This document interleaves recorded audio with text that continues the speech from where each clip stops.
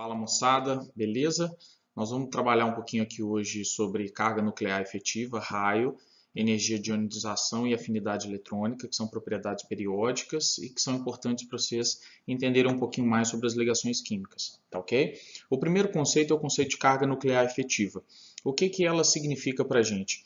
Ela vai, né, dar ideia da imensidão da força de atração que o núcleo exerce sobre os elétrons mais externos, nesse caso os elétrons que estão na camada de valência. Né? Se nós pegarmos, por exemplo, o magnésio como exemplo, conforme vocês estão vendo aí no slide, o magnésio tem 12 prótons no núcleo, não é? Ele tem 2 elétrons na primeira camada, que são esses dois aqui, ó. Ele depois, não é? Ele tem 8 elétrons na segunda camada, tá ok? Que é o 2s e 2p, e ele tem 2 elétrons na última camada. Essa carga nuclear efetiva, ela vai medir a força de atração que o núcleo exerce sobre esses elétrons da última camada, ok? Que é a camada responsável pelo comportamento químico, porque quando eu faço ligações, seja perdendo, ganhando, né, ou compartilhando elétrons, essas ligações elas acontecem a partir da camada de valência, tá bom? Então, no caso do magnésio, ele tem 12 prótons no núcleo e ele tem 2 elétrons na última camada, tá ok? Só que entre esses dois últimos elétrons que estão na última camada, não é? E entre o núcleo existem 10 outros elétrons. E esses 10 elétrons eles vão blindar, não é, os elétrons mais externos em relação à atração que o núcleo exerce sobre eles. Eles atrapalham, não é, a interação do núcleo com os elétrons mais afastados.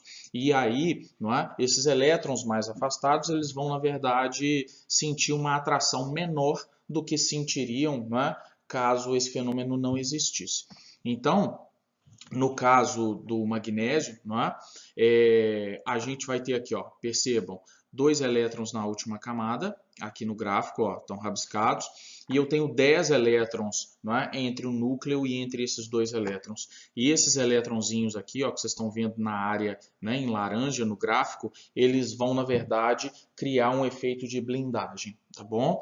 Então, eles funcionam como uma barreira entre o núcleo e os elétrons, não é, mais externos. Então, como é que a gente faz esse cálculo de ZeF, não é? Que é a carga nuclear efetiva? A gente vai pegar o número atômico, que é o número de prótons no núcleo, e a gente vai subtrair do número de elétrons que não estão, não é? Que não está ali, na verdade, na camada de valência. Tá ok? Então a gente faz exatamente isso. É o número de prótons menos o número de elétrons que não está na última camada. Então, quando a gente analisa, por exemplo, na família 1A, não é? O hidrogênio.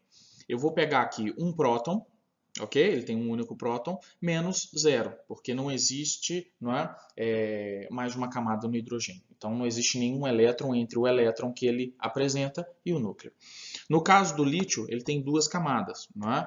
Então, ele vai ter aqui, ó, 3 prótons, que é o número atômico dele, menos 2 elétrons, que são os 2 elétrons que estão na primeira camada, tá ok?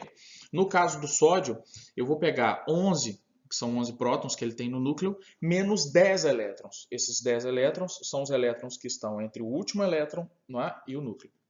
No caso do potássio, 19 prótons menos 18 elétrons, não é? Que são os elétrons que estão entre o último elétron e o núcleo. Tá ok? E eu percebo que na família, nesse caso na família 1A, não é?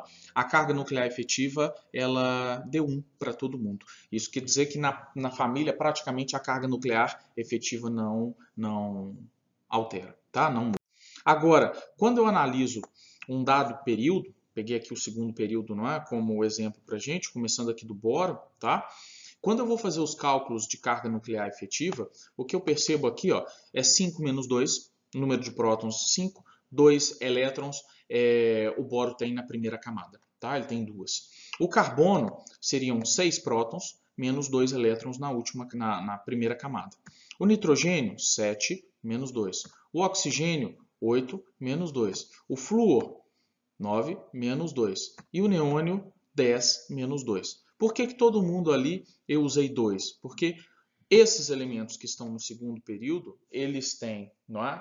Na primeira camada, 2 elétrons, e na segunda camada eles têm os elétrons de valência, ou seja, todos os elementos de um mesmo período têm o mesmo número de elétrons internos, tá ok? Que seriam esses 2. usados na continha. E eu percebo que, à medida que eu caminho da esquerda para a direita, o número de prótons está aumentando, 5, 6, 7, 8, não é? Até 10 ali no nosso slide.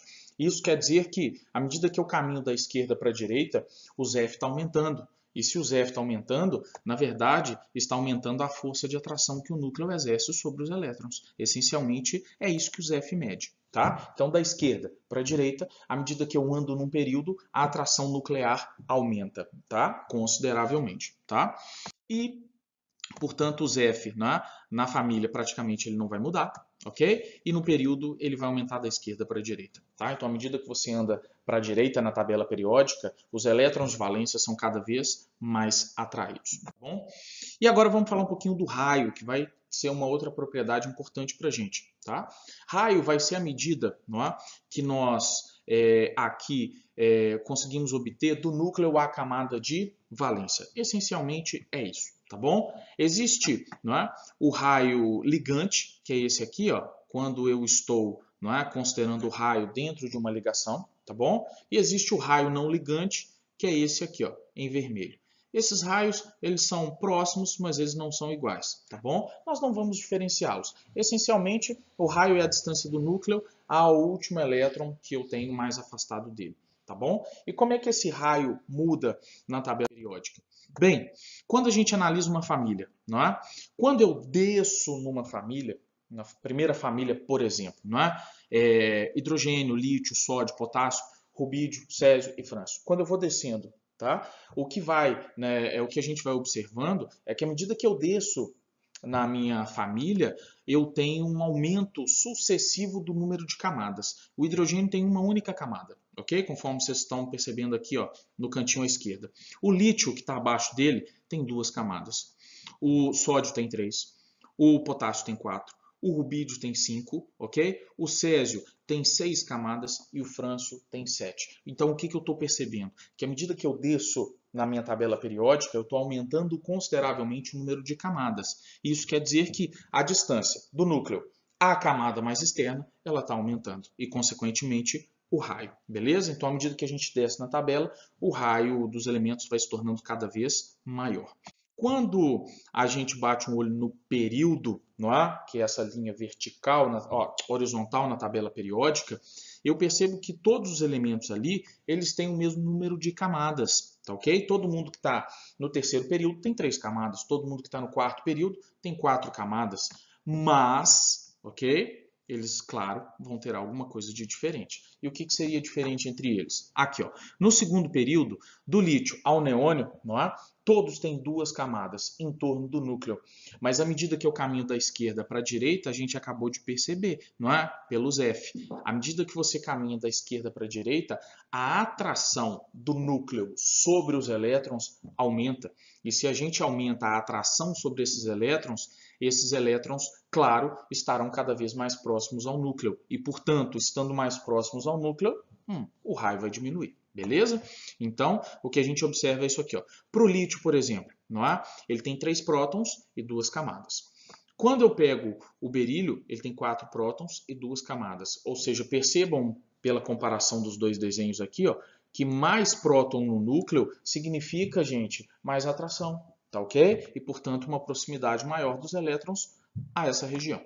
Olha lá, o boro tem 5, eu percebo que o raio dele é menor. Tá bom? Então, essencialmente é isso. Numa mesma linha horizontal, à medida que você aumenta o número de prótons, a atração aumenta e, portanto, os elétrons vão se aproximar do núcleo. Tá ok? Aqui eu tenho 6, que seria o carbono, o raio menor ainda, e assim sucessivamente. Tá bom? Então, o que a gente vai observar, como regra geral, é isso que vocês estão vendo aqui na tabelinha. À medida que eu desço na minha família, o raio aumenta porque aumentamos o número de camadas, tá bom? No mesmo período, que são as linhas horizontais aqui, à medida que eu vou da esquerda para a direita, tá bom? Aumenta-se o número de prótons, sem mudar o número de camadas, e a atração aumenta, tá legal? Então, essencialmente é isso. Quando a gente estiver analisando íons, que são átomos com desbalanceamento de carga, é muito simples da gente analisar o raio. É só usar os mesmos conceitos anteriores, tá? Na dúvida. Então, vamos lá. Aqui, ó. Quando eu bato o olho no lítio, aqui, ó, lítio elemento, em amarelinho, e o cátion do lítio aqui em verdinho, ó, o que eu percebo, não é, por essa relação? Não é? Eu posso analisar qualquer aqui parzinho, bolinha cinza e bolinha rosa, tá bom? Que seriam os cátions. Eu percebo que o cátion ele tem um raio menor do que o átomo neutro, tá bom? Então, ao perdermos elétrons, o raio diminui. E quando eu bato o olho, não é, no oxigênio, aqui ó, e no ânion, não é, O2-, o que eu percebo, não é, ao comparar as bolinhas cinzas e as bolinhas azuis? Ao ganharmos elétrons e, portanto, não é, gerarmos um ânion, você vai ter um aumento do raio. Então, se um elemento perder elétron, o raio diminui. Se um elemento ganhar elétron, o raio aumenta. Então, essencialmente, o que a gente vai ter é exatamente isso. Tá legal? Então, o raio é uma propriedade importante para a gente entender, não é, a tendência que os elementos, não é, vão apresentar de perder ou ganhar elétrons. Beleza? Então é isso, galerinha. Não é? Até o próximo slide, daqui a pouquinho a gente vai aprender mais algumas coisinhas. Valeu, tchau, tchau.